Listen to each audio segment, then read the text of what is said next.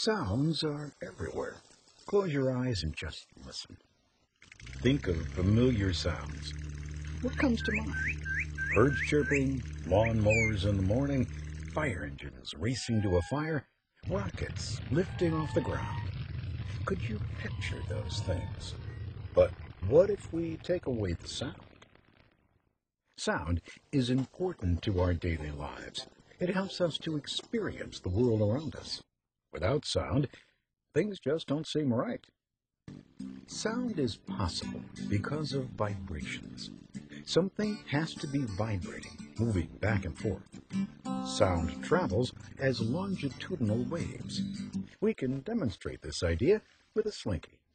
The slinky is stretched out and one end is given a push. A wave is set in motion, and it travels the length of the slinky. Sound can only travel when there is something through which the vibrations can travel.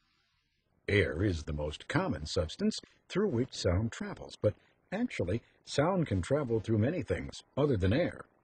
In some substances, sound even travels faster than it does in air. So how fast is sound? In air, it travels 343 meters per second, or 750 miles per hour. This is a little more than 1,000 feet per second. For comparison, a sprinter can run about 11 meters per second, or about 36 feet per second. Traffic on the highway travels about 30 meters per second, or about 98 feet per second. Here is a comparison of the speed of sound in different materials. In water, sound travels about 4 times faster than in air. And in steel, sound travels almost 15 times faster. Can you guess why sound travels faster in liquids and solids? Well, think about the atoms and molecules contained in gases, liquids, and solids. The particles are closer together in liquids and solids, so sound can travel faster because the particles can hit each other more easily. When you watch a fireworks display, you see the explosions before you hear them. Which travels faster, sound or light? Well, think about another situation, like a thunderstorm. We see the lightning and then hear the thunder. Light is actually much faster than sound. Light travels 300,000 kilometers, or 186,000 miles per second. That would be like traveling from New York to San Francisco 62 times in 1 second. Sound, compared to light, is barely moving. When an object vibrates, it disturbs the air molecules around it. The molecules carry the energy of the sound in all directions. The sound travels out as waves. Think of a wave in water. If we drop a pebble into a pond, the waves move out along the surface from where the pebble hit the water.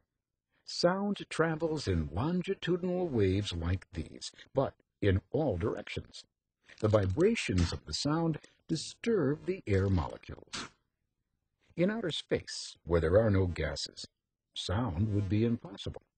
The emptiness of space is called a vacuum. There are no molecules of matter for sounds to move through, so in outer space there are no sounds. 2 things are needed for making sounds: vibrating matter to create the waves, and a medium or something to carry the sound waves.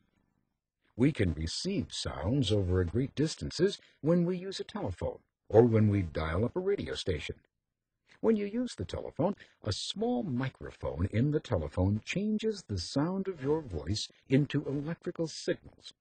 This signal travels to the person with whom you are speaking and is changed back into sound when it goes into a small loudspeaker in that person's phone. Along the way, between the 2 people, the electric signal may be carried through wires, changed to radio signals and sent through the air, or even changed to light to travel through fiber optic cable. This flashlight has been altered so it can show how light can be used to transmit sound. This solar cell picks up the rapid fluctuations and the brightness of a flashlight bulb and turns it back to electrical pulses.